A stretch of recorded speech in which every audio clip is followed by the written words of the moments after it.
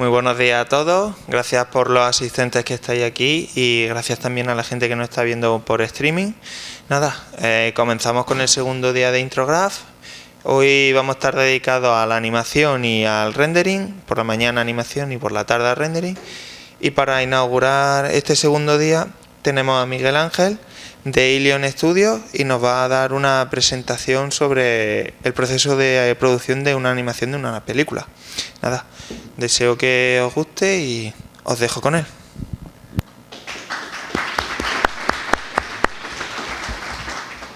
Hola a todos, buenos días. Gracias por estar aquí. Quería empezar con dos preguntas fáciles, ¿vale? ¿Cuántos habéis visto una película de animación? Levantar el brazo, por favor. Y gracias. ¿Y cuántos habéis visitado un estudio de animación? Gracias. Vale. Quiero empezar con una cita de John Lasseter que dice que el arte cambia la tecnología y la tecnología inspira el arte, ¿vale? Esto se puede encontrar en distintas disciplinas y sobre todo en el sector de la animación en el cual estoy trabajando. Cuando llevas un tiempo trabajando en él te das cuenta que ahí hay un equilibrio entre el arte y la tecnología y constantemente la estamos usando, ¿no? Bien, ¿cómo empieza todo? Hacer un largometraje de animación es todo un reto artístico y tecnológico. Es algo que no debemos de olvidar nunca, ¿vale? Por un lado, pensar que para hacer una película de animación tenemos que trabajar, lo normal es trabajar entre 100 y 125 personas. Una película del estilo de Planet 51 o del estilo de Golior, no sé si las conocéis, que las habéis visto, son películas que hemos hecho aquí en España, o Tadeo Jones, que es otra de las películas que se han hecho. Y trabaja un equipo de 100-125 personas durante año y medio, 2 años, ¿vale? Por lo cual podéis intuir que hay que trabajar siguiendo un orden y unos procesos, porque si no eso se alarga muchísimo, muchísimo en el tiempo. Para poder llegar a buen puerto con el proyecto, dividimos todo el grueso de la película en 3 fases: preproducción, producción y postproducción. Os voy a intentar contar de una manera más amena posible, más o menos rápido, porque no tenemos mucho tiempo, dada la complejidad de lo que estamos hablando, en qué consiste cada proceso de trabajo y un poco el tipo de perfil que desarrolla esta profesión, que yo creo que es lo que más desconoce todo el mundo, ¿no? Exactamente qué es lo que haces, a qué te dedicas. Bien, ¿cómo empieza todo? Todo empieza con una idea. Alguien tiene una idea. Y cualquier persona tiene una idea. No tiene por qué ser el guionista, ni tiene por qué ser el director de la película, alguien tiene una idea que se la cuenta a alguien, ¿vale? Entonces, ahí es donde nace todo, porque con la idea, por ejemplo, vamos a poner el ejemplo de que quieres hacer un corto de animación, que es algo un poco más, a una escala más pequeñita, pero más o menos consta de las mismas fases. Cuando tú quieres hacer un corto de animación, piensas la idea que quieres hacer, empiezas a desarrollarla, va creciendo y empiezas a evaluar qué es lo que vas a hacer, ¿no? ¿Qué técnica de animación vas a escoger? De las múltiples técnicas de animación que hay, animación tradicional, animación en 3D o stop motion, pues ves qué técnica se adapta más a la historia que tú quieres contar. ¿Qué tipo de animación vas a hacer? Si vas a hacer un tipo de animación realista o vas a hacer un tipo de animación mucho más cartoon. Habréis visto todos los dibujos de la Warner Bros. Del coyote del correcaminos, que se escuasean y estrechan, ¿no? los personajes muchísimo. Esa es una animación muy cartoony, la llamamos, o algo más realista, como suelen ser las películas de 3D, de Shrek o Finding Nemo, que los movimientos parece que son más reales, aunque son muy característicos de animación, ¿no? También es importante saber qué tecnología dispones para hacerla. ¿Qué ordenadores tienes? ¿Con qué software lo vas a hacer? Porque todo eso condiciona la historia que quieres contar. El papel lo aguanta todo, es lo que decimos, ¿no? Tú escribes y en el papel pones: y en una pradera al atardecer viene una horda de orcos corriendo hacia ti, y eso suena épico y todo el mundo nos lo imaginamos, pero cuando te empiezas a modelar orcos y empiezas a hacer animaciones de orcos y orcos, dices, con esto no llego ni en broma, ¿no? Entonces hay que tener ahí un equilibrio con la idea, qué es lo que quieres hacer. Una vez que tienes la idea ya clara, arrancamos y aquí empieza la preproducción con el storyboard, ¿vale? Este proceso consta de 2 partes. Por un lado, te lees el guión y lo que tienes que hacer es dibujar de manera rápida diferentes viñetas que interpreten ese guión, siendo lo más claras y concisas posible. Es lo que viene a ser como un cómic. Un cómic es una historia y vemos en viñetas, nos van desarrollando esa historia, ¿no? Entonces, es importante ser muy ágil y muy rápido porque hay que plantear distintos puntos de vista, hay que plantear cuál es el ángulo bueno para contar ese momento de acción o ese momento de interpretación de los personajes, ¿no? La segunda parte, que es la otra imagen que veis al lado, es la presentación en un panel, que llamamos presentación en panel, de esa secuencia de imágenes, mostrándosela a un equipo de personas, las cuales aportan ideas y sugerencias a la secuencia. Este perfil es conocido como Storyboard Artist, ¿vale? O sea, la habilidad principal que tiene este equipo es la de plasmar en un dibujo la esencia de lo que ocurre en un guión y tiene que tener las habilidades de dibujar tanto en animación tradicional, en dibujo tradicional, perdón, como en digital. Hoy en día nada más rápido que un lápiz y un folio. Haces un boceto, lo tienes, pum, pasas a otro, lo tienes, pum. Ni con la tableta llegas a digitalizadora o con un tablet dibujando llegas a ser tan rápido como con un lápiz y un papel, ¿no? Y a día de hoy seguimos usando lápiz y papel.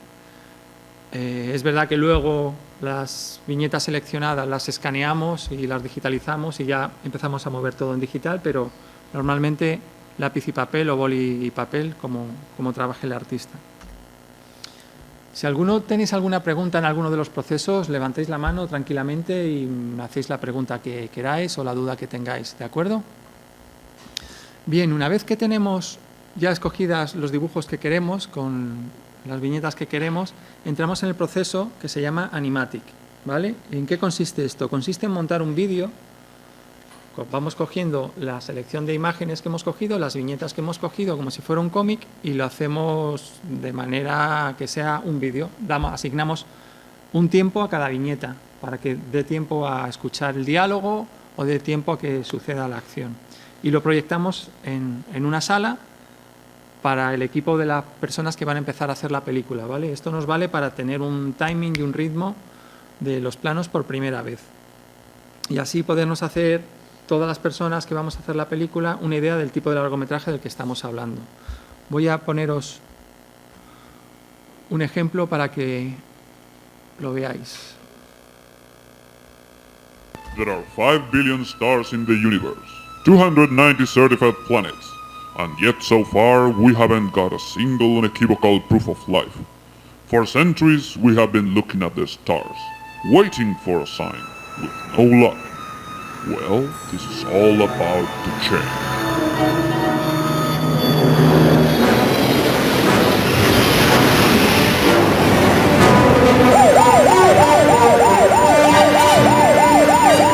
This is a Special Agent Steve Blaster. It's a red code. I repeat, a red code. Hello, Special Agent Blaster. Is this a code read in the new manual or in the old book? It's a UFO. Repeat and follow in the UFO. Let me see. UFO in the new manual, right? An identified flying object from outer space. Oh, that's the old blue book.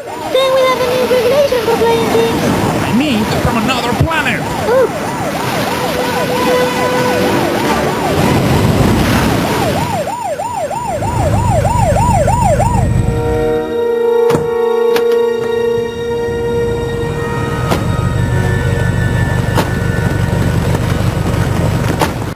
Bien, lo vamos a parar aquí. Como veis es algo muy básico, ¿vale? Unos dibujos que veis que son bastante rápidos, pero ya empiezas a coger un ritmo. Aquí todo el sonido lo solemos hacer en el estudio, las voces son voces nuestras grabando, ¿vale?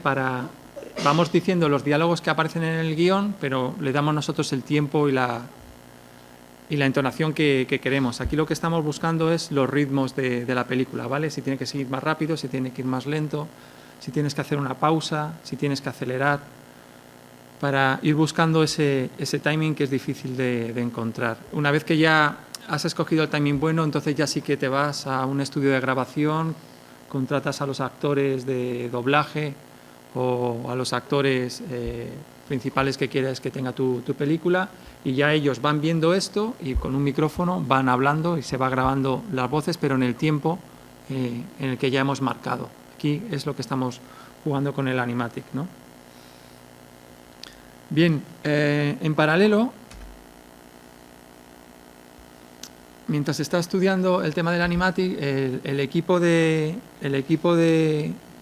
Character Design, que se llama, son los que diseñan los personajes, ¿no? Entonces ellos, su input para empezar a trabajar es tener el guión. Tener el guión, leerse el guión para entender la historia y un briefing, que le dé un briefing el director de qué es lo que quiere de la película, qué es lo que siente, ¿no? Entonces ellos empiezan a imaginarse los personajes como son y hacer dibujos. A todos os habrá pasado que os habéis leído un libro y según vais leyendo el libro os vais haciendo una imagen en vuestra mente de cómo es el protagonista. Pues os lo imagináis de cierto aspecto, alto, bajo, rubio, moreno, atlético, más gordito. Según lo que vas leyendo te va descubriendo cómo es el personaje por la manera de actuar y por la manera de comportarse, no siempre porque te lo esté describiendo el escritor, ¿no?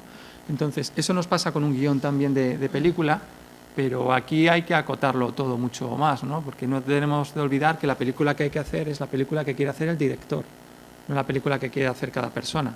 Siendo un equipo tan grande sería una locura, 100 personas ponerlas de acuerdo a ver cómo debe ser el actor de tu película es complicado. Entonces se hacen cientos, pero cientos de dibujos. Aquí veis, por ejemplo, a Nacho y a Carol, que son los dos personas que estuvieron diseñando los personajes para la película de Planet 51. Y van viendo pues qué es lo que se va adaptando más. Todo esto van teniendo dailies con el director y le van mostrando su trabajo y el director les va guiando. Pues yo me lo imaginaba más así, pues mira, yo no había pensado esto, pero creo que puede pegar muy bien, desarrolla más esta parte y es un trabajo muy bonito. Obviamente el perfil, bueno, como os he comentado antes, el perfil es conocido como Character Design y su habilidad principal es la de plasmar en un dibujo o en miles de dibujos la esencia de los personajes, ¿vale? Crear todos los personajes de ese mundo, no solo los protagonistas y los secundarios, sino los extras, los que aparecen de fondo, cualquier personaje que vaya a salir. De hecho, es tan importante que se divide en dos procesos paralelos que son diferentes. Por un lado, se diseñan los personajes y por otro lado hay otro equipo diseñando lo que es el mundo. ¿Dónde sucede eso? ¿Es en un planeta? ¿Es en la Tierra? ¿Es en la Tierra de la actualidad? ¿O es en la Tierra en el pasado? ¿O es en la Tierra en el futuro? Entonces tienen que estudiar, diseñar de manera artística cómo sería ese mundo, ¿no? Si tiene líneas rectas, si tiene líneas curvas. ¿Cuántos habéis visto de aquí Planet 51? Ok, vale, es para poder poner esa referencia o poner otras. Gracias. En Planet 51 era todo bastante rounding, era todo bastante redondito. Se basaban en la teoría esta de los círculos que hay en los campos de trigo y de maíz, que las hacen los extraterrestres. Entonces nos pareció un concepto, a la gente de arte les pareció un concepto chulo y diseñaban todo con ese concepto de todo muy redondito. Ya iréis viendo a lo largo de las distintas piezas distintos ejemplos. Bien, pues ya tenemos la animática, se está trabajando en los diseños de los personajes, se está trabajando en el diseño del mundo. Una vez que la animática ya está hecha, que es en 2D, como hemos podido ver, saltamos al proceso de layout, ¿vale? Esta es la primera vez, este es el primer proceso que consideramos de producción. Todo lo anterior que hemos estado hablando se considera preproducción. Y en este es la primera vez que empezamos a tratar las cosas en 3D. Cuando dibujamos las cosas en 2D, tú dibujas algo y te lo imaginas de una manera, pero uno de los problemas que te encuentras cuando llevas esto al 3D son los espacios. Imaginaros un momento en que hay dos personajes hablando por la acera, ¿no? Si su diálogo, y van andando de manera tranquila porque van charlando de algo divertido. Si ese andar, por el estado anímico de los personajes, están andando a un ritmo y por ir andando a ese ritmo, según ellos van andando, recorren una distancia. Quiere decir que tienes que hacer unas fachadas y quieres hacer un edificio porque la cámara les va acompañando. Si en cambio ellos fueran andando más rápido, necesitarías más fachada para poder hacerlo, porque ellos van andando más rápido. Entonces, es muy importante este paso de layout para poder dar dimensiones a esos diálogos, dar una dimensión en el espacio para ir de un punto A a un punto B. También tienes travelings de cámara. Si haces algo muy rápido, el espectador se va a marear y se va a perder. Si lo haces muy lento, puedes aburrir al espectador y que se ponga a pensar en otra cosa. Entonces tienes que ir buscando una vez más ese equilibrio. Para ello, se va modelando el mundo en conceptos muy básicos, volúmenes muy básicos. Internamente lo llamamos plastilinas, hacer las plastilinas. Y es eso, crear esos espacios con un modelado muy rápido y un modelado de baja, casi tipo videojuego, pero videojuego de los 80, de los 90, no videojuego como los de ahora, que tienen multitud de detalle y de definición. Vamos a ver un pequeño ejemplo de layout. There are 5 billion... Now we have a new regulation for flying things. Call control is like the president.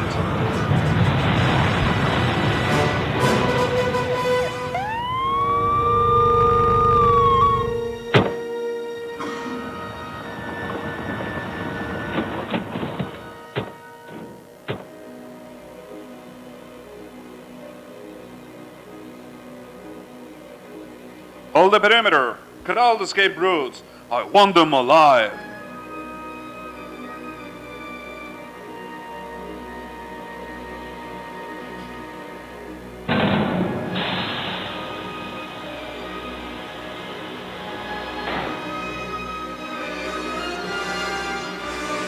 Hold your position. Paro aquí. Bien, como veis, antes habíamos estado viendo la animática, ahora ya vemos el layout y ya empiezas a tener más ideas más claras de qué proporciones estás hablando de mundo, ¿no? Las personas que trabajan en este departamento, el perfil lo conocemos como Layout Artist. La habilidad principal que tienen es la de dominar el lenguaje cinematográfico. Este equipo trabaja codo con codo con el director de la película, ¿vale? Y aquí están hablando ya de cinematografía. Veis que ya empieza a aparecer tiros de cámara, si es un plano general, si es un plano medio, si es un plano americano. Ya empiezan a hablar de ese lenguaje, ¿no? Entonces, en este proceso lo que cerramos es la cámara. La cámara del director la trabaja y esto es la base para el resto de los departamentos. ¿Por qué? Porque si yo me tengo que modelar un desierto y solo voy a ver o hacer un paneo en esta dirección, pues me modelo con mucho detalle el desierto aquí, pero no necesito todo ese desierto. Entonces necesitas cerrar la cámara, que es lo que vas a ver, para modelar única y exclusivamente. Es como hacerte el decorado solo de lo que vas a usar, no crearte todo el mundo y luego tú tira la cámara ahí a grabar donde tú quieras. Eso sería demasiado costoso. Entonces, con este proceso cerramos la cámara y con este proceso cerramos también el ritmo cinematográfico que va a tener la película, ¿vale?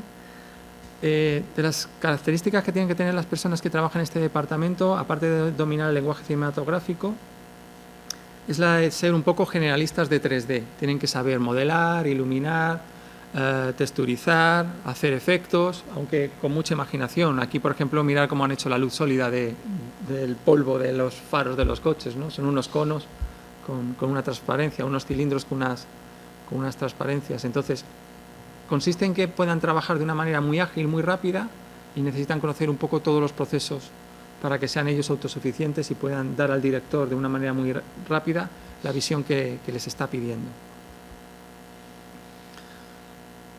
Bien, mientras está trabajando en layout, por supuesto, se necesita un departamento de investigación y desarrollo. Este departamento además se paraliza a lo largo de toda la producción y es un equipo de personas, normalmente suele ser un equipo de programadores que están a disposición del estudio para desarrollar todas las herramientas que se necesitan para los distintos departamentos. A partir de aquí ya empieza a haber suficiente volumen de información y el supervisor de cada departamento ve el layout y ve las herramientas que tiene y ve si con esas herramientas puede hacer ese trabajo que se le va a venir encima. Si puede hacerlo, estupendo, y si no puede hacerlo, tiene que pensar maneras en que hacerlo. Y una vez que ha pensado las maneras de hacerlo, se junta con el equipo de desarrollo, de investigación y desarrollo de Ilion en este caso, les cuenta cuáles son sus necesidades y el equipo pues piensa las herramientas para hacerlo. Pues mira, tengo que hacer una simulación de pelo y los software que estoy usando no pueden resolverme estos planos. Necesito hacer algo de este estilo. Entonces ellos lo evalúan y ven qué posibilidades pueden tener, qué tiempo lleva ese desarrollo a hacerlo, para hablar con la planificación, que a ellos les dé tiempo a hacer el desarrollo, para que después de que ellos hagan el desarrollo lo testen los equipos, y una vez que lo han testeado los equipos pueda pasar a la producción y se pueda hacer los planos o el trabajo que le toque, ¿no? Como podéis intuir, este tipo de trabajo es vital para este tipo de producciones, ¿no? Solemos trabajar con software comerciales, no sé si conocéis los software de 3D Maya o el 3D Studio Max o Blender o XSI. ¿Os suena esto que os estoy diciendo? ¿Habéis trabajado alguna vez con alguno? Entonces, son software con los que sales, pero no son suficientes para poder acometer una producción y siempre tienes que tener infinidad de herramientas para trabajar con ellos, ¿no? Para poder personalizar tu trabajo y dar un grado más de realismo y un grado más de calidad. El perfil de este departamento suelen ser conocidos como programadores. Su habilidad principal, como podéis intuir, es la de dominar diferentes lenguajes de programación para poder desarrollar las herramientas que se les pide. Normalmente suele ser programación orientada a objetos, que es la aplicación que tenemos nosotros en el estudio, y es deseable que tengan conocimientos de C++ y también lenguajes de scripting propios de los software que se usan, como Mel, Python, etcétera, ¿no? Bien, una vez que el personaje ya está diseñado, pasamos a la fase de modelado.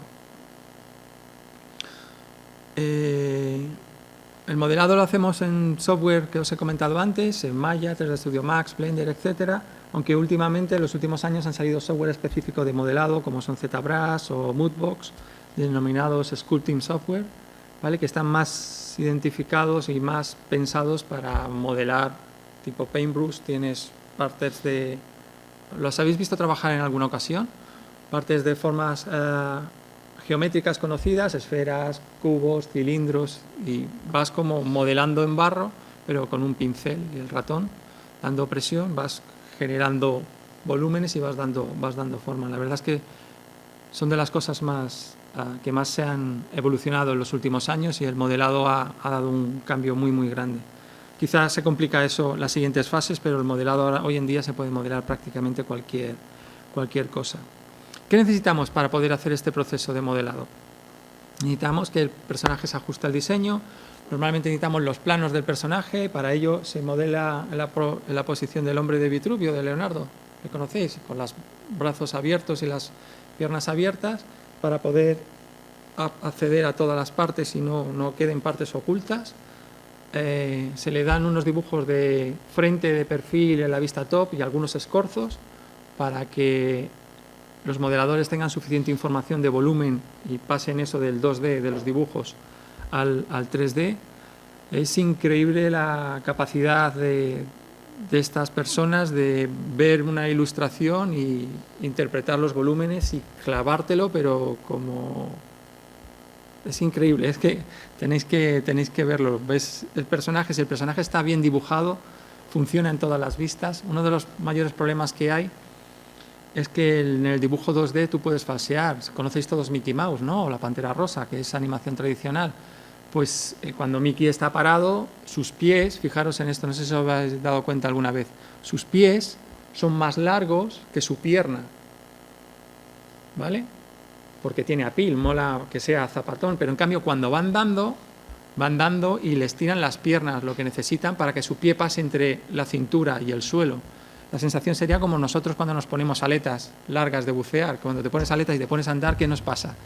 Que somos un poco patosos porque no nos da el talón nos pega en el culo, no hay suficiente espacio para pasar. Y en cambio en Mickey Mouse van falseando eso constantemente para que quede bonito, ¿no? Significa que en 2D, como hemos dicho antes, el papel lo aguanta todo y puedes falsear proporciones que no pasa nada.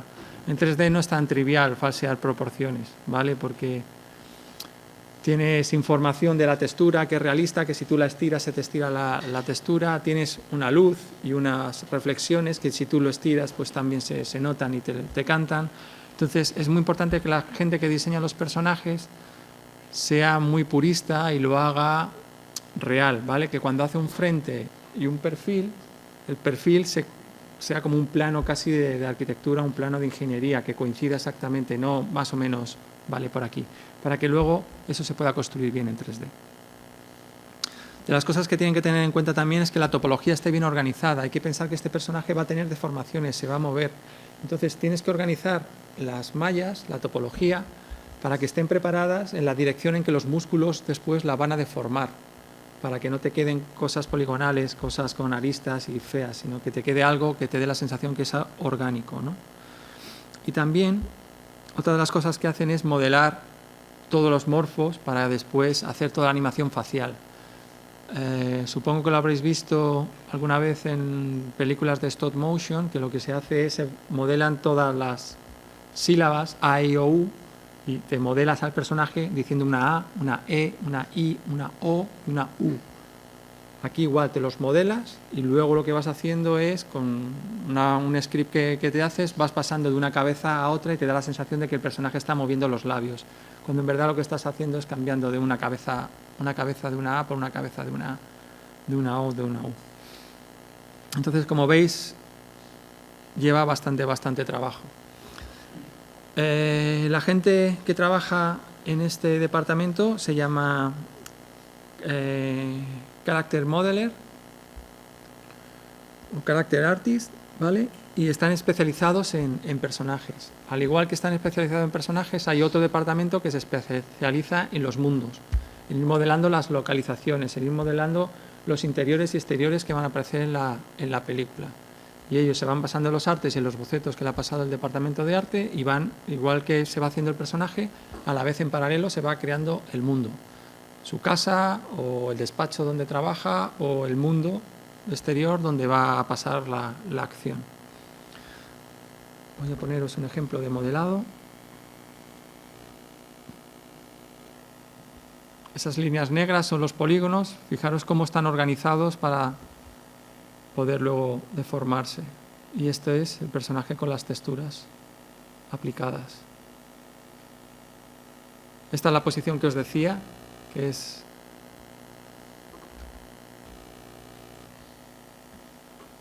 se modela con las piernas ligeramente abiertas y los brazos extendidos para poder acceder a todas las partes del personaje.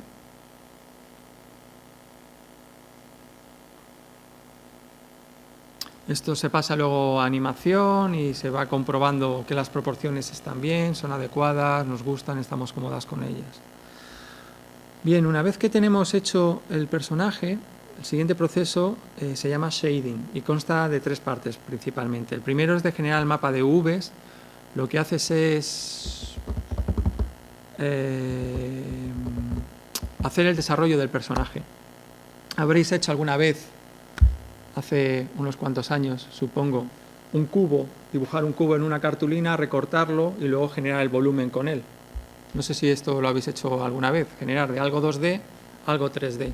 El proceso de generar las UVs es justo lo contrario. Tengo algo en 3D y lo tengo que recortar y plasmar en una imagen 2D. ¿Para qué? Para en esa imagen 2D, viendo la topología, dibujo la textura ahí y luego esa textura se la aplico al personaje y queda envuelto y funciona la textura y no resbala por ningún lado. Eso es lo que se denomina generar el mapa de UVs, que se llama. El otro proceso sería el de dibujar directamente la textura, dando el look que quieras, pues si tiene que ser un jersey, si tiene que ser una camisa, si tiene que ser un cinturón, si tiene que ser un cristal de reloj o de gafas, si tiene que ser piel. Y el otro proceso es crear el shading, que es lo que interpreta el render para decir y dar esa sensación de si estás hablando de un material plástico, de un material madera, de un material, cualquier material que conocemos, ¿no? Es un proceso bastante largo y esta gente trabaja muy de cerca con el departamento de lighting, ¿vale? Porque según cómo ellos hagan los shaders de los materiales, cuando los lighters colocan las luces, esos shaders actuarán cuando reciban la luz y se comportarán de una manera física, ¿vale? Entonces tiene que haber mucha comunicación entre lighting y shading para entender bien ese proceso y que luego los elementos y los materiales que estamos viendo se asemejen a lo que quiere el director.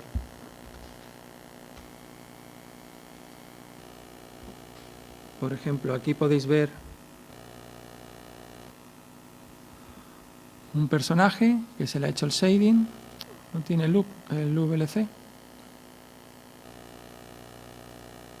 Maybe.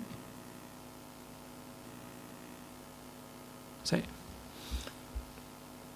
Y aquí veis cómo pues el look que te da es que el pelo tiene un comportamiento físico cuando recibe la luz, el cristal tiene un comportamiento diferente cuando recibe la luz, el plástico tiene uno diferente, la piel tiene uno diferente.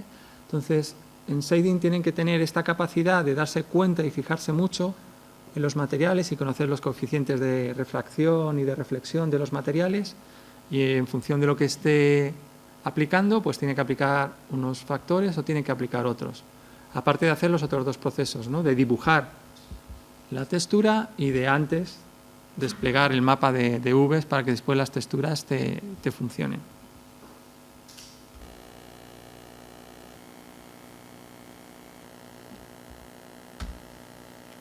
Bien, ya tenemos el personaje modelado, ya tenemos el personaje con Vs. Técnicamente saltamos al proceso de setup y rigging, ¿vale? ¿En qué consiste este proceso? Consiste en preparar al personaje para que pueda ir a animación, ¿vale? Estos son de los procesos que la gente no suele conocer y es bastante tedioso, la verdad. El proceso de setup o de rigging consta de dos partes principales. Una es la de crear el esqueleto dentro del personaje.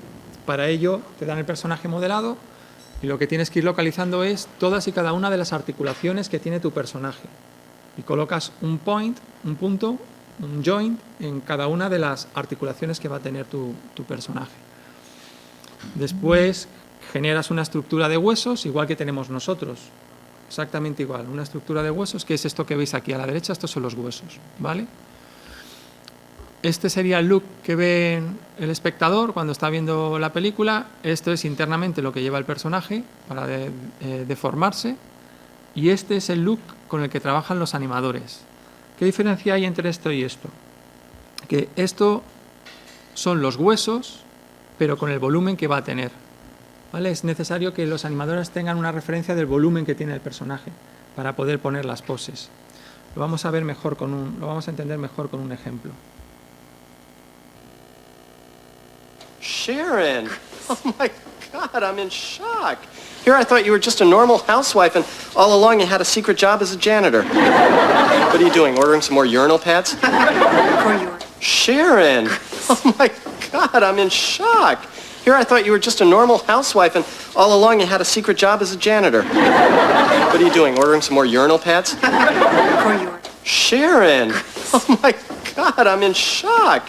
Here I thought you were just a normal housewife and all along you had a secret job as a janitor. What are you doing, ordering some more urinal pads? Bien, aquí veis un acting, por ejemplo, de Freaky, que se llama el personaje, de Skiff. Y este sería el acting del personaje en modo radiografía, ¿vale? Por así decirlo, con los huesos, cómo está trabajando. Fijaros que hay un momento en el acting que el personaje posa su mano izquierda, su mano azul, la posa sobre la cara.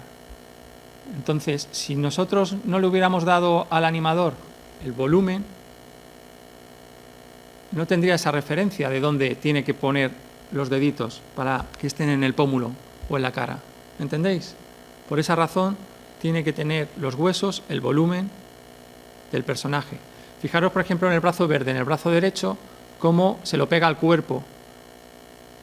Y está pegado bien y bonito al cuerpo. Si lo dejáramos en modo huesos, no tiene una referencia de dónde tiene que colocar al personaje, porque no sabe su tripa hasta dónde llega, su torso hasta dónde llega, su caja torácica.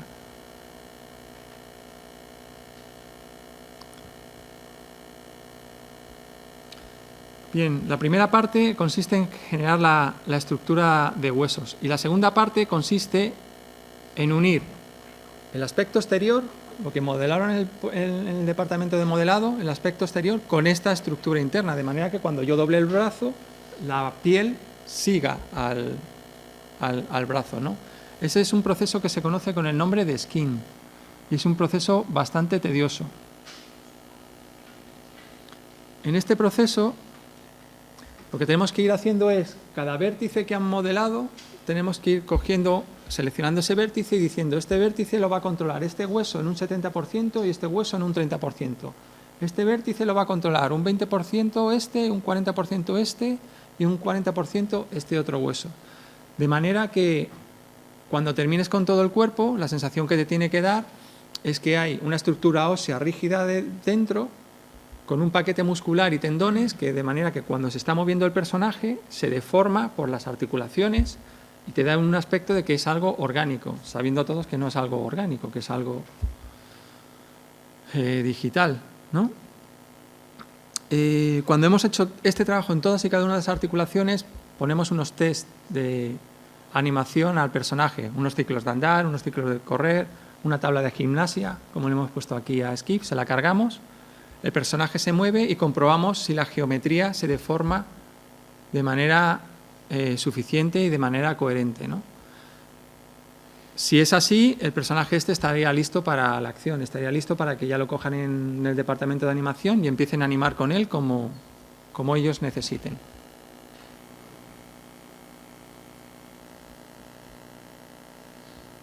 Este trabajo no solo hay que hacerlo con los personajes de la película, este trabajo de rigging, hay que hacerlo con todos y cada uno de los elementos que salen animados a la película.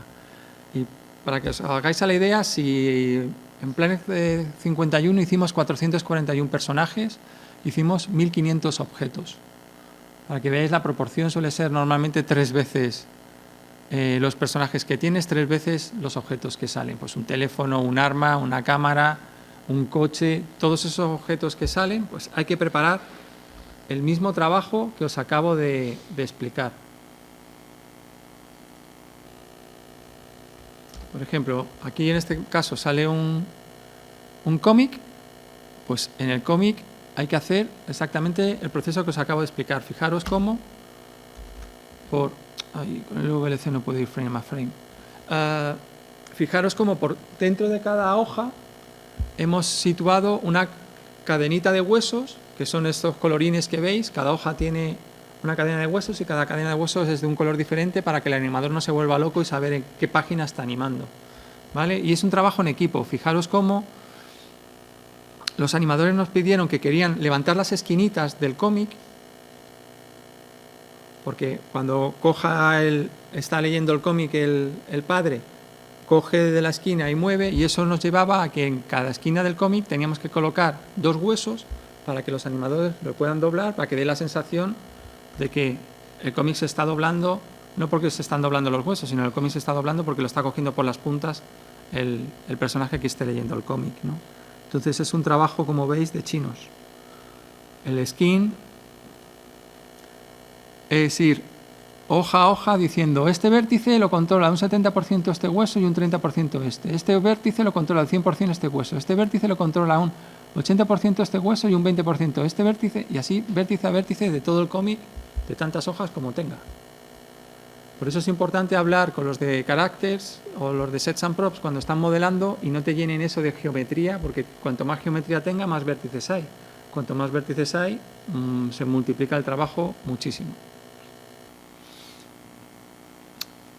Y os voy a enseñar también el facial, que lleva un trabajo específico aparte, en el cual por un lado está toda la gestión de modelar todas las poses posibles que puedes hacer con la cara, modelar todas las bocas que tienes que hacer, todos los ojos que tienes que hacer, todas las cejas que tienes que hacer, y después lo que hacemos es, en rigging, en el departamento de setup y rigging, conectamos esos morfos con esa careta que veis aquí, de manera que reacciona, la sensación que te da es que reacciona, tú disparas los morfos esos cuando mueves, ¿no? Entonces llevas una labor ahí híbrida entre artístico de modelar las deformaciones y que queden bonitas y que te quede orgánico, y algo tecnológico de que tienes que conectar esos cientos de morfos con pocos controles, ¿no? La idea es que con LEM salen unas 1500 cabezas que tienes que conectar, pero claro, si tú das 1500 controles a un animador para que controle el facial, se pierde, no sabe qué está moviendo. Entonces tienes que simplificar, tienes que quedarte con muy pocos nodos, ser capaz de hacer esa gestión de 1500 cosas, si no es demasiado complejo. ¿No tenéis ninguna duda, ninguna pregunta? Tell me.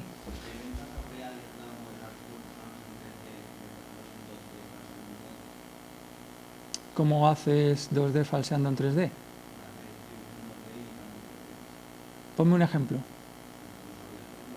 No, quiero decir, ponme un ejemplo de producción. Quiero decir que visualmente la sensación es totalmente diferente. Tú ves Blancanieves y es preciosa y es muy bonita, pero no tiene nada que ver con Finding Nemo. Es como comparar el halcón maltés ¿sabes? O Alguien voló sobre el nido del cuco con Avatar. Las dos son películas, son de imagen real, pero visualmente el director está buscando cosas totalmente diferentes. Las sensaciones son distintas. Es una decisión artística, es una decisión de yo quiero que mi película tenga este look, más que escojas técnicamente que hagas esta o hagas lo otro. Normalmente sueles escoger el proyecto y te lo imaginas hecho de cierta manera. Luego otra cosa ya si hay presupuesto para hacerlo de esa manera o tienes que recurrir a otras. Pero normalmente el estilo viene condicionado por el director, qué es lo que quiere hacer. Es su idea y normalmente suele ser su idea, o quien hace la idea se lo imagina ya con qué acabado o qué estilo quiere hacerlo. No sé si esto responde a tu pregunta. Sin duda, lo estaba hablando antes con Fran, sin duda las de 3D tienen bastante más presupuesto que las de 2D. Rango fueron $150 millones, por ejemplo. Y Blancanieves no creo que costara $150 millones. Pero Blancanieves estará en los museos de toda la vida y Rango no estará en los museos de toda la vida. Entonces, cada cosa tiene su mérito. Es muy costoso hacer películas en 3D. Costoso de dinero y costoso de laborioso y de mucho trabajo, muchas personas, muchas ganas, mucha ilusión.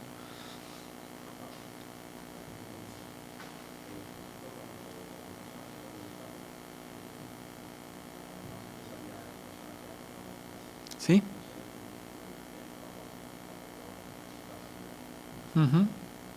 En este caso no hicimos que se vea músculo porque en el diseño final Skiff lleva una beisbolera, una de estas de los americanos, de las universidades, que van todos con su beisbolera. Entonces es una prenda muy amplia, muy grande, no merecía la pena estar haciendo. Entonces vamos a cuidar esos detalles. Si el personaje está con manga corta, sí que le vas a generar esos volúmenes. Si el personaje de encima va a llevar una simulación o va a llevar tela, no gastas un minuto en hacer eso porque no se va a ver.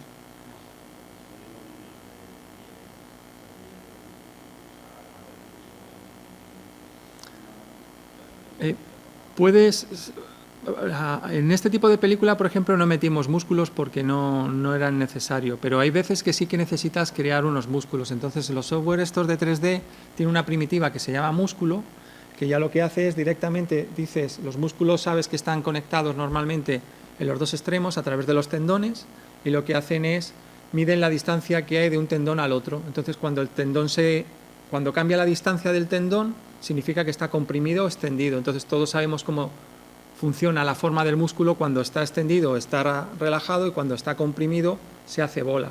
Entonces lo que haces un morfo al músculo cuando su distancia cambia, lo ensanchas, y cuando su distancia se aleja lo estrechas y haces el skin, en vez de contra los huesos, haces el skin contra este objeto, de manera que la sensación visual que te da cuando lo das es que hay un paquete muscular debajo que está funcionando, pero es todo mentira.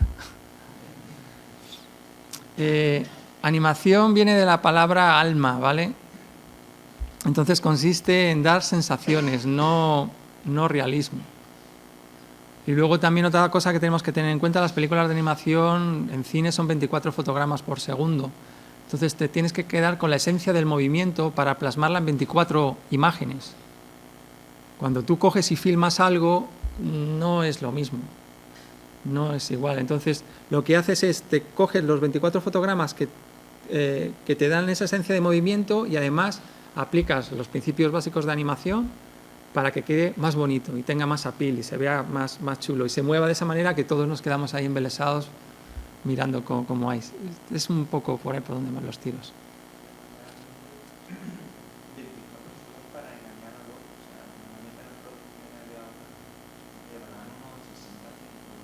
No en animación tradicional, ni en animación 3D.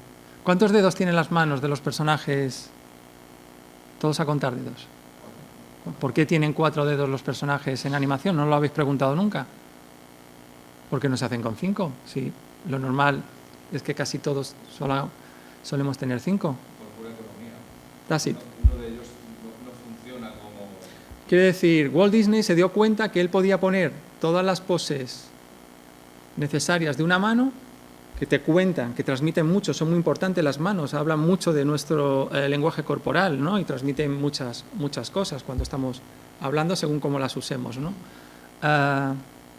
Y se dio cuenta, era una persona muy perspicaz, y se dio cuenta que podía poner todos esos gestos ahorrándose un dedo. Significaba que sus dibujantes no tenían que dibujar un dedo más por cada fotograma.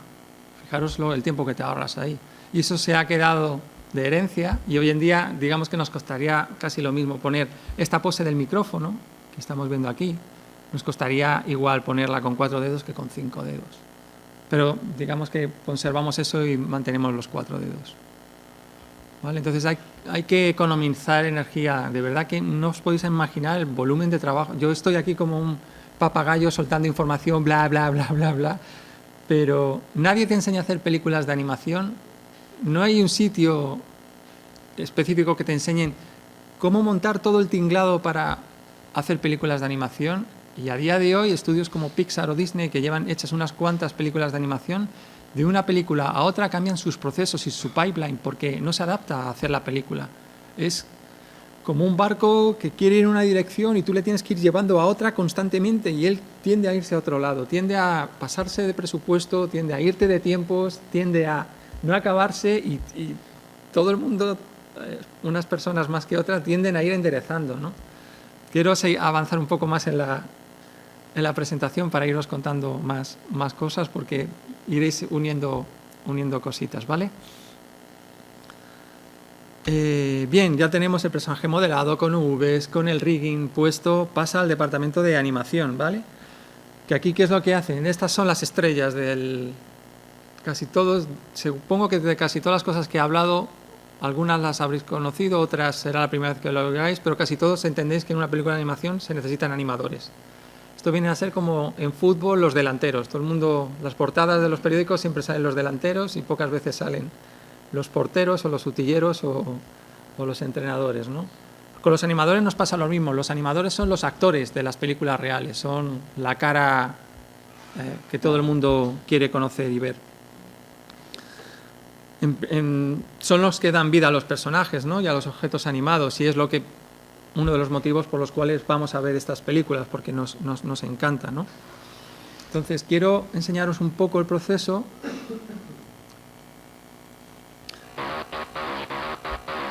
El story muy básico. Este es un story de otra pieza diferente, ¿vale? Vemos el layout. Veis que ya cinematográficamente empieza a funcionar, tienes aquí la cámara con movimientos muy básicos, cuentas la acción que quieres hacer. Y ahora esta es la información que tiene el animador, y por otro lado le llegan todos esos personajes con el rig hecho, ya modelado, para que él haga su acting. Pues lo primero que tiene que hacer es interiorizar el personaje, y para ello lo que hace es grabarse.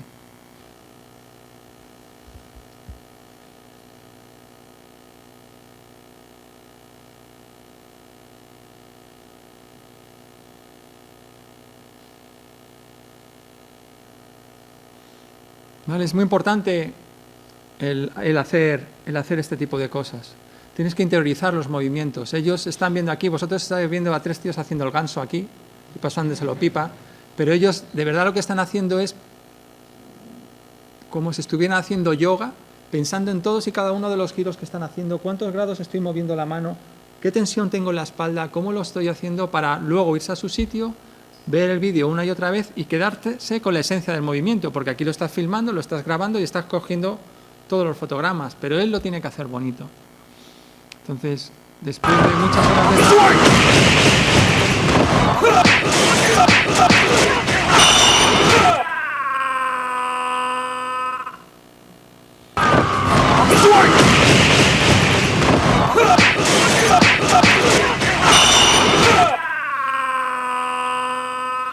Fijaros, por ejemplo, cómo sí que tiene las poses que hizo Jorge, pero el timing que da entre unas y otras, pone la pose y después, en el momento del golpe, acelera, está más acelerada. ¿Para qué? Para que sea más dinámico el golpe y funcione mucho mejor visualmente. Cuando lo estábamos grabando era monótono, era todo más o menos al mismo ritmo, porque nosotros no nos podemos mover a esta velocidad de pronto, solo Bruce Lee y alguno más. ¿Vale? Pero no contábamos con Bruce Lee para esta producción.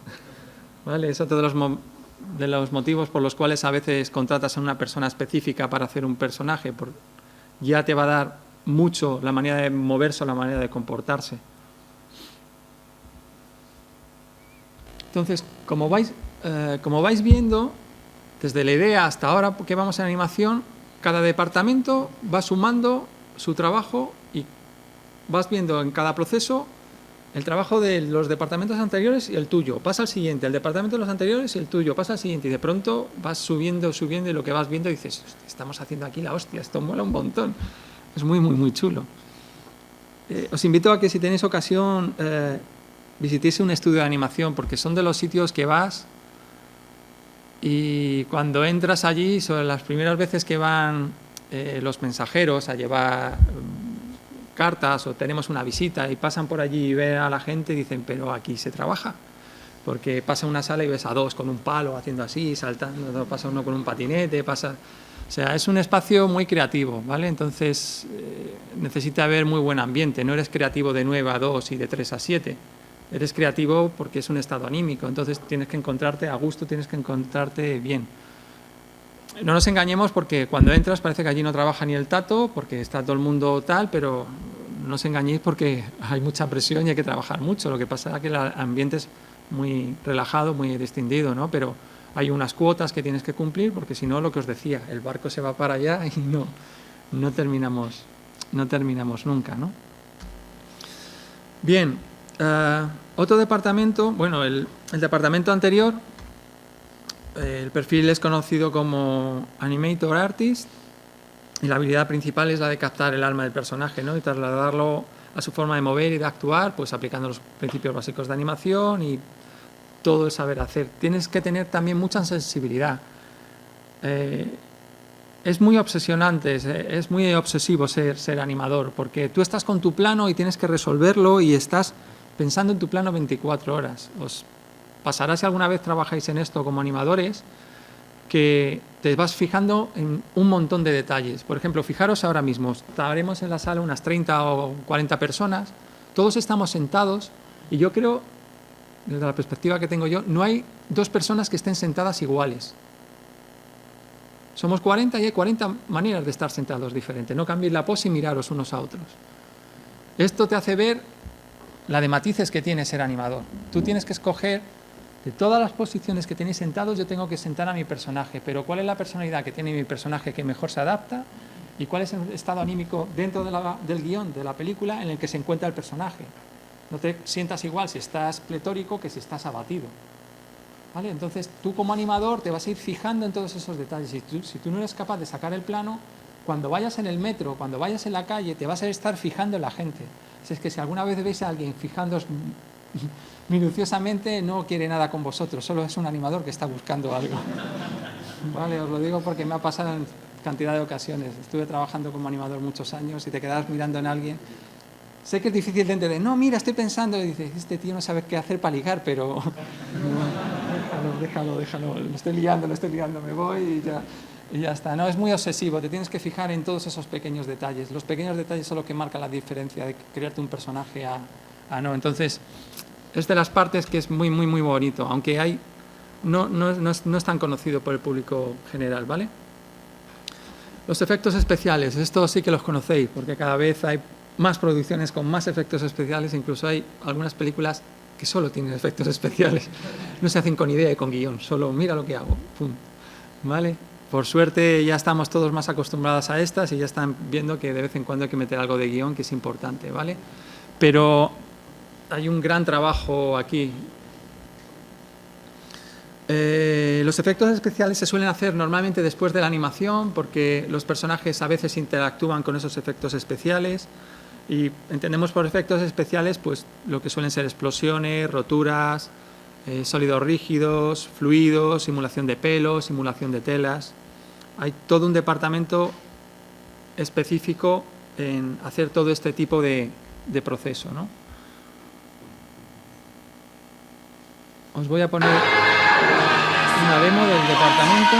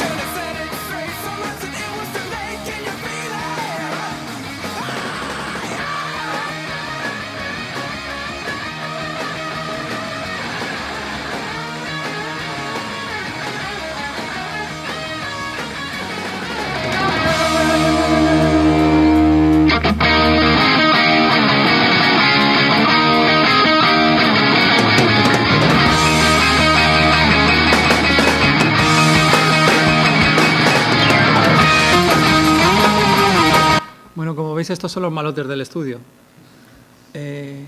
Son malotes también porque los departamentos anteriores han estado creando todo bonito y tal, y esto siempre lo rompen todo, lo destruyen todo, ¿vale? Incluso la música que suenan ya es destructiva, ¿vale? Hacen un gran trabajo y es muy difícil de integrar los efectos con todo lo demás, ¿no?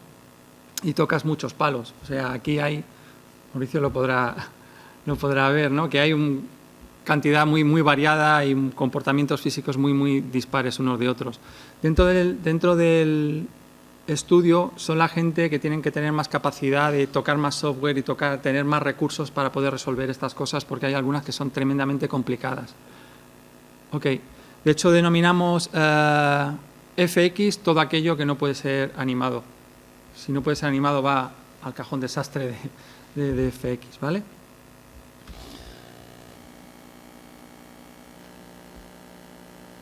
Bien, Lighting. En Lighting recogemos el trabajo de todos los departamentos anteriores y juntamos la animación de los personajes, el mundo en el que lo rodea, los FX que lo contengan y lo iluminamos con la intención que nos diga el director de fotografía. ¿Vale? Os voy a poner un ejemplo.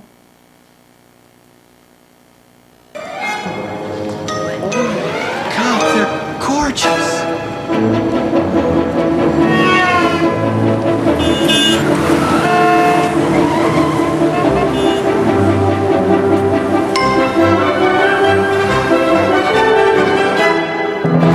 Esta fue una de las primeras piezas que hicimos para vender la idea, presentar el mundo. Veis que es todo redondito, como que os decía, los círculos estos de los campos de maíz y tal. Tiene ese diseño. Ves el look de los personajes y ves un poco el mundo en el que va a pasar toda la acción. Fijaros cómo la animación es exactamente la misma. Este es el lighting de un exterior día y hicimos exactamente lo mismo, pero con el look noche. Oh my God, they're gorgeous.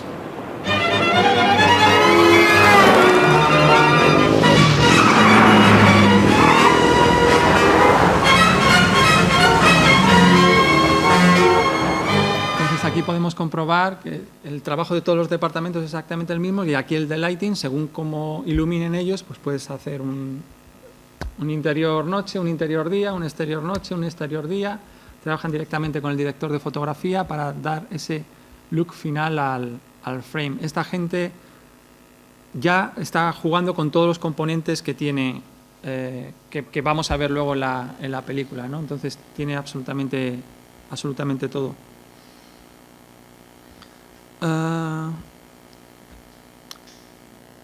Otro de los departamentos a tener en cuenta es el departamento de producción. Es necesario que existan personas específicas trabajando para poder coordinar a todos los equipos. Según el departamento hay más o menos personas, pero para que os hagáis la idea, animación suele ser el departamento más numeroso y suele ser entre 20 o 60 personas el departamento de animación. Entonces necesitas gente que vaya preparando su trabajo para que tú cuando vayas al día siguiente tengas ya puesto qué es lo que tienes que hacer, cuánto tiempo tienes, dónde están los objetos que tienes que coger y vayan haciendo un seguimiento de la producción, una vez más, para que el barco vaya a la dirección en que comentábamos antes que tienden a irse. Y hay muchos más puestos, o sea, el de rendering, el generación de imágenes. Una vez que has terminado lighting, lanzas a render y las máquinas tienen que calcular cada fotograma. Un segundo de animación en cine son 24 fotogramas, significa que un minuto de animación entonces son 1440 fotogramas. Y los tiempos de render para generar un fotograma pues varía entre 2 horas o 6 horas el fotograma. Entonces tenemos una granja de render, una granja dedicada solo para generar imágenes. Se generan tal volumen de información porque las frames no los lanzas una sola capa, los frames los lanzas en 3, 4, 5, 7 capas. Significa que por cada render tiras 6 o 7. Eso sí sale bien a la primera. Si no sale bien a la primera tienes que volver a repetir, lanzas 2, 3, a la cuarta estás despedido. 3 máximo, ¿vale? Entonces se genera tal volumen de información que tiene que haber wranglers, personas específicas que van revisando todas las tareas. Tenemos protocolos, cada escena se llama de una manera, asignamos unos tiempos de cuota que debe tardar, cada tipo de escena debe tardar este tiempo. Y estas personas vigilan si una escena calculamos que se debe renderizar en 5 minutos y ya va por 6, corta el trabajo porque hay algo que está mal. O no lo podemos permitir por la producción, o hay algo que ha entrado en bucle, falta una textura por subir, o la máquina se ha quedado colgada, pero cortamos, volvemos a esa tarea al artista y que el artista lo revise a ver qué es lo que encuentra que está mal, porque eso no lo podemos permitir. Son muy importantes esas personas también. Entonces, resumiendo, distintos oficios que tenemos para hacer una producción de animación. Os pongo los más típicos porque hay bastantes más. El storyboard artist, layout artist, character design, rigger, animation artist, lighter, VFX artist, line producer, programador, aunque existen sets and props, scene compo, TDs, Character FX, pipeline, administradores de sistema, bueno, la Biblia en verso. Y os preguntaréis, os muestro una foto del equipo de las personas que hemos estado trabajando en el último proyecto que estamos haciendo, que es Mortadelo y Filemón. Se necesitan todas estas personas y más para poder hacer una película de animación, ¿no? Pero os preguntaréis si alguno queréis trabajar en esto, pero ¿qué hago? ¿Cómo puedo entrar ahí? ¿Cómo debo de entrar? Una buena pregunta que os podéis hacer es cuál es el componente que tenéis. Normalmente todas las personas tenemos ambos perfiles, el artístico y el técnico, pero tenemos más habilidades para uno de ellos. Tenemos un perfil más artístico, tenemos un perfil más técnico. Os he hecho aquí un gráfico en el cual un character design es totalmente artístico, un storyboard artist es totalmente artístico y un animator artist es artístico pero toca un poco el técnico, ¿vale? Lo mismo el layout artist y lo mismo el lighter. Y en cambio, componentes técnicos puro y duro es programador, el VFX artist, aunque tiende mucho al artístico también, el rigger es más técnico que artístico. Entonces, si he sembrado muchas dudas en vuestra mente de, vale, ¿qué quiero ser de mayor? Quiero entrar en esta tipo de industria, pero me has dicho tantas cosas que no sé a dónde debo de dirigirme o hacer. Os recomendaría que primero analicéis qué componente tenéis, si más artístico o técnico, y eso ya os descartará, por descartes os irá a otras cosas. ¿Cómo acceder a trabajar a sitios como este? La suerte que tenemos ahora es que ya empiezan a haber estas disciplinas, empiezan a estar ya arregladas y empiezan a ser oficiales. De todas las que os he puesto aquí, la única que existe en grados de animación, la única que existe algo es de animación. Del resto, no existe una carrera universitaria ni existe un grado específico de algunos de los procesos que hay aquí, ¿no? Yo tengo la suerte de llevar 20 años en esta industria trabajando, pero a día de hoy, si me voy al INEM y digo en qué trabajo, no aparece en el ordenador lo que hago. Y eso es un poco triste, ¿no? Que llevemos tantos años trabajando en esto y no se nos reconozca qué eres. Mi familia no sabe a qué me dedico. Cuando digo que era rigger, era como está metido en drogas o algo. No sé, parece que le va bien, tiene coches, va bien vestido y tal, pero no sé lo que hace. Me lo ha explicado 1000 veces, pero no lo entiendo. No. Entonces te da un poco de rabia, ¿no? Cuando llevas cierto tiempo trabajando que eres un bicho raro. Dices, sí, soy informático. Así entras en el S, pero es más complejo que todo esto. Entonces, hoy en día, normalmente la gente que viene a trabajar al estudio o ha hecho Bellas Artes o ha hecho grados de animación que existen ya, o ha hecho comunicación audiovisual o ha hecho ingeniería informática, ha accedido a través de másters, pero lo que todos tienen un denominador común es unas ganas locas de trabajar y unas ganas y una ilusión, porque se necesita que los perfiles que trabajan en esto tengan este componente. Este no es un trabajo que puedes estar haciendo esto y estar pensando en qué voy a hacer este fin de semana. Estoy haciendo esto y pensar en otra cosa. Ser jardinero, si queréis hacer eso. Puedes estar podando y puedes estar pensando en otra cosa. Nuestro trabajo es totalmente pasional. Necesitas estar con los 5 sentidos y un poco más en lo que estás haciendo, porque se percibe eso en el trabajo, ¿vale? Así es que muchas ganas y mucha ilusión. Bueno.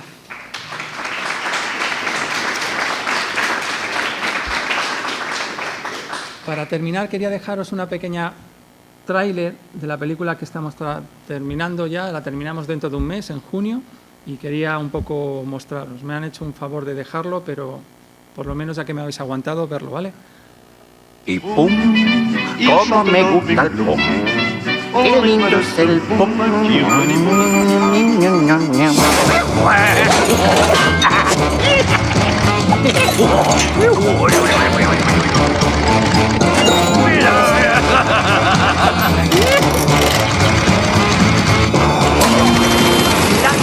Ya va a hacer pum. Y ahora escúchenme bien. Jimmy el cachondo. Por su culpa somos el hazmerreír de todas las agencias de información. Es necesario actuar de inmediato. Super. Las haría. Tanta prisa y ahora qué bailarín. ¿Pero cómo va a hundir la tía? Eso son cosas que se dicen con el calentón, pero que no lo va a hacer. Además, eso es imposible, Super. Tendría que venir con su helicóptero. Soltar una bomba de carga hueca. O dos. Que le diera tiempo a escapar. Exactamente. Y todo eso es muy difícil que coincida en el tiempo. Sí, muy difícil, muy difícil.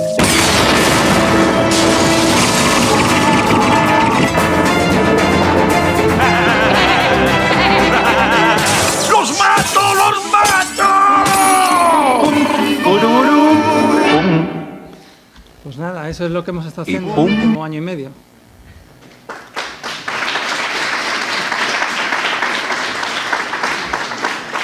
No sé si tenemos tiempo para alguna pregunta.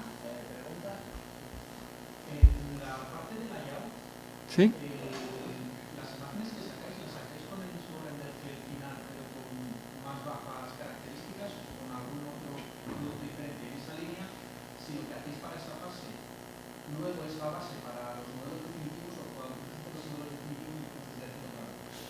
Muy buena pregunta. Lo que sí cerramos es el aspecto que va a tener, las proporciones que va a tener la imagen final, ¿vale? Y intentamos que en layout esté ya definida. Normalmente el director no se casa y no te dice el formato que va a tener la imagen, no sabe si va a ser así o va a ser más cuadrada, no lo sabe todavía. Lo ideal es que en layout ya tengas el aspect con el que vas a trabajar de imagen de largo por alto, para que no lo haces al tamaño de 2K ni a 4K, pero sí en proporcional más pequeñito. Para componer la imagen la vas a necesitar. Y luego el layout es el primer sitio donde ya vas a ver los espacios y los mundos. Lo que hacemos es, se modelan esas plastilinas y las plastilinas esas luego pasan al departamento que modela los mundos y los usa como base para que su modelado en alta case lo más posible con esa plastilina, para después dar cambiazo uno por otro. Quito la plastilina y pongo todo el modelado en alta. ¿Ok? ¿Sí?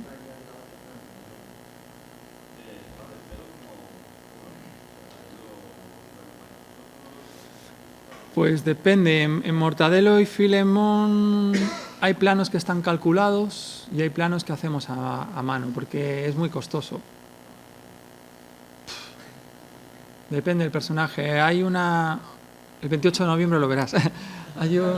Hay un personaje de una chica, Irma se llama, una rubia despampanante con pelo largo, y el pelo rubio da muchos problemas. Da muchos problemas. El moreno es más fácil de ver, pero el rubio nos da muchos problemas, pero no solo a nosotros, sino a todo el mundo. Es muy difícil de conseguir el shading de un pelo rubio, es muy complejo. Y luego el movimiento, en esta película hay bastantes golpes y porrazos, como habéis podido intuir por el tráiler, y hay bastante acción. Entonces, en los momentos de acción, ahí sí que los hemos simulado para que el pelo se mueva, pero en los momentos en que estás quieto con el personaje, los hemos animado a mano. Uno de los problemas de las simulaciones que tenemos en nuestro mundo, uno de los problemas que tenemos con las simulaciones es que los simuladores se basan en la maldita física. ¿Vale? Y la física funciona con parámetros y con realidad. Y la animación no funciona así. La animación estoy aquí y en un frame ¡pum!, estoy allí. Eso es animación. Y la física no es así. Entonces a los simuladores les vuelves loco. El simulador de ropa, yo estoy aquí y en un frame me desplazo a una velocidad que el simulador dice, error, error, nadie se desplaza a esa velocidad. Y tu ropa hace puff y se cae. Tu personaje desnudo se queda allí y la ropa se queda aquí. Que mola, pero no lo que quiere el director. Entonces eso nos lleva el doble de trabajo. Nos lleva a que tenemos que hacer todo de manera manual. Cuando se quiere simular, se simula y lo que hacemos es un blend shape, hacemos un morfo de la simulación. Cuando la simulación no funciona, hacemos que se comporte como la animación. Y cuando la animación no nos funciona, lo que hacemos es que se comporte como la simulación. Vamos, que trabajas el doble y escoges el rango que vas queriendo. Es mucho más divertido. ¿Vale? Con el pelo nos viene a pasar un poco lo mismo. Si la animación es realista, funciona muy bien. Si la animación es muy cartoon, intentamos huir de la simulación porque cuesta mucho. Tienes que estar jugando con muchas cosas para controlar esa simulación y que no acabe hecha un lío porque los personajes van demasiado rápido. Por ejemplo, una de las... En Previs tuvieron la feliz idea, estaban sobrevolando la ciudad, ¿no? Y de pronto dice una frase genial, Filemón, de vamos a volar a Mach 5. Pero jefe, nadie ha sobrevivido a una velocidad de Mach 5. Nosotros sí. Y se pone Mach 5. Y el director tuvo la feliz idea de, si esto es un ordenador, que vuele a Mach 5. Y se pusieron a volar a esa velocidad. Entonces nos cagamos en todo vivo, en todo muerto, porque claro, la ciudad que teníamos no nos valía. Tuvimos que hacer 1000 ciudades más para recorrer, porque a Mach 5 se va muy rápido. ¿Vale? Esa es la primera. La segunda era el pelo. El pelo a Mach 5 no funciona, no funciona. Ya sé por qué la gente se pone casco, porque a Mach 5 perderías el pelo. ¿Vale? Y los simuladores se nos volvían locos, Entonces hay que tener mucho cuidado desde Previs a qué velocidad se mueven las cosas. De hecho, si hubiéramos movido el avión a Mach 1 y la ciudad a Mach 3, hacia atrás, ibas a la misma velocidad y hubiera funcionado mejor, ¿no? Esto como hacía Gila, en vez de marcar así, giras toda la cabina y dejas el dedo quieto, ¿no? Pues esto un poco igual. En vez de mover los personajes, lo que teníamos que haber movido era la ciudad, que era más fácil. Entonces, trucos de estos nos pasan constantemente. Cosas de que algo viene desde lejos, muy lejos, y tienes que modelar todo, no. Lo que haces es escalas. Y acercas al personaje y según lo acercas, lo escalas. La sensación visual es que está lejos y viene para acá. Y está ahí, al fondo. ¿Vale? Entonces, tienes que estar constantemente viendo cuál es la manera más económica de poder resolver los problemas que te plantea una producción. A mí son de las cosas que más me gusta personalmente de estos tipos de proyectos, ¿no? Que no hay 2 días iguales, cada día es diferente y una batalla diferente, ¿vale? ¿Alguna pregunta más?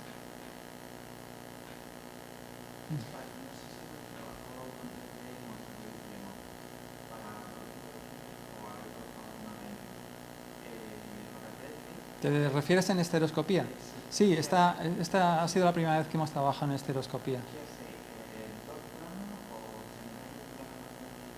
No, otro gran coñazo. Tengo la estereoscopía. Ha dado muchos problemas, muchos problemas. O sea, yo por mí la borraban del mapa ya. O sea, gracias a Ridley Scott, muchas gracias, pero si alguna vez me lo cruzo en el metro, le daré las gracias por Avatar, pero le diré que la estereoscopía, por favor, que se esté quieto la próxima vez. Nos genera muchos problemas la estereoscopía porque hay un montón de trucos que a lo largo de estos años usamos. Por ejemplo, si algo está muy lejos, pues ya no lo modelas en 3D. Directamente colocas un plano, le pegas una fotografía, o haces un matte painting, lo dibujas y eso te funciona. Con un ojo, con 2 ya tienes demasiada información y ya no puedes hacer 2 planos que te funcionen, entonces tienes que modelar. Los efectos nos pasa igual. Hay FX que directamente teníamos humos, los pegas en forillos, los forillos los orientas a la cámara y te funcionan. En 3D ya te da la sensación de fondo y ya no te vale. Entonces hay muchas cosas que hay. Y un detalle tonto. Antes he dicho que eran 14.400 frames lo que hay que renderizar. Bien, ahora es el doble, por el mismo precio. ¿A qué mola la estereoscopía, eh? Imaginaos que ahora dicen en Europa, no, ahora los programas en la universidad van a ser estereoscópicos. No vais a tener 60 créditos, vais a tener 120 créditos. Y por el mismo precio estáis el doble de tiempo en la universidad. ¡Yujú! Pues eso es lo que nos pasa cuando trabajamos en estereoscopía. Se multiplica todo por 2,5, no por 2. 2,5 es. Hay ciertas cosas que ya no puedes hacer de esa manera, tienes que hacerlas de otra, y luego se multiplica ciertos procesos como el render, es el doble. Y luego hay detalles, la película es algo que está vivo, los assets están creciendo, no terminas esto y empiezas, todo el mundo está trabajando a la vez, es una locura. De hecho, durante muchos momentos dices, no vamos a llegar, esto no se acaba, pero luego empieza todo a cuadrar y funciona. Quiere decir que renders que tiraste en enero con el ojo izquierdo, cuando vas a tirarlos en marzo, ya no te coinciden con el de enero, porque han cambiado texturas, han cambiado cosas. Entonces lo que has tirado en enero no te vale y tienes que repetirlo. Significa que tienes que renderizar ambos ojos en el mismo momento de tiempo, porque como dejes un ojo mucho tiempo de otro, es difícil garantizar que tengas exactamente lo mismo. ¿Vale? Pero luego, por ejemplo, en esta peli, yo no soy muy partidario de la estereoscopía, pero en esta película creemos que es por Javier Fesser, que le gustan mucho las ópticas cerradas. Los decorados de interiores son muy pequeñitos y funciona especialmente bonito y chulo la estereoscopía. Está muy chulo. Cuando lo ves, mola un montón. Está muy guay. Pero lleva un trabajo extra muy gordo. ¿Algo más? Hablar un poquito más del papel del line producer, Sí, el line producer está a nivel global, desde toda la producción, es el que dice cuánta pasta tengo, cuánto tiempo tengo y dirige el barco en que no se me vaya de pasta y de tiempo. Y se tiene que pelear con cuánta pasta doy a cada departamento para que se traduzca en brazos, personas, artistas trabajando o en medios, máquinas o software o hardware o cámaras para grabar o cosas para hacer.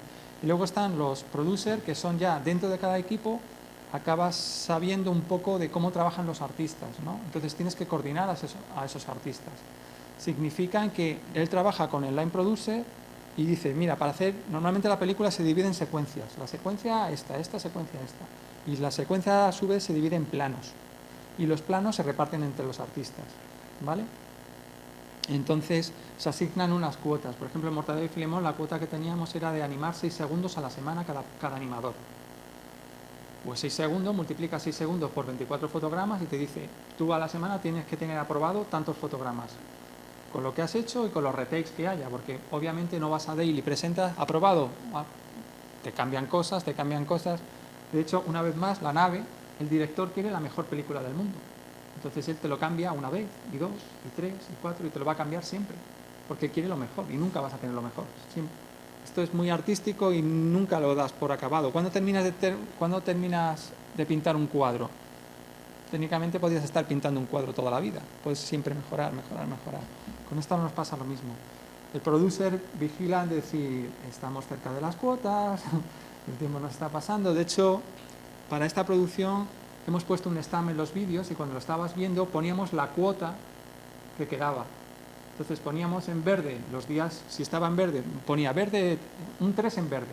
Significa que le quedan 3 días al artista para trabajar. Y un -3 rojo es que te has pasado 3 días. Entonces esa información era muy importante para el director para... te dije que tocaras aquello, ¿verdad? Sí, pero es que no me gusta. Vuelve a dejarlo como estaba, pero ahora me cambia. Y entonces se fijaba tal... Y ahí ya es un equilibrio de unas veces las gallinas que entran por las que salen, como decía Mota, ¿no? Entonces unas veces aprobaba unas cosas más rápido y otras veces pues pedía más cambio. Entonces los producers principalmente vigilan que los artistas cumplan las cuotas, que están dentro del calendario y están atentos a las necesidades que pueda haber, ¿vale? Para adelantarse a procesos y ir por delante como un mes preparando el trabajo, o sea, hablando con las otras partes para que si el animador tiene que animar, pues obviamente los personajes tienen que estar preparados, los decorados tienen que estar preparados, las cámaras tienen que estar exportadas, tiene que estar todo listo para que el lunes empiece el animador. Entonces se tienen que coordinar los distintos producers de los distintos departamentos para hacer cuadrar los calendarios. Vamos, es divertidísimo. Y luego tienen que tener un gran don de gentes, porque tienes que lidiar con artistas. Y es difícil lidiar con artistas, ¿vale? Porque el concepto tiempo no lo manejan, que tienes que terminar tu plano, es que yo quiero hacer mi plano mejor. Bien. Bien. ¿Cuánto te queda? 60%. Vale, y al día siguiente un 61%. Me dijiste 60. Ah, sí, 59%. No se nos acaba. Entonces, es complicado, es complicado. ¿Vale? Pues gracias a todos.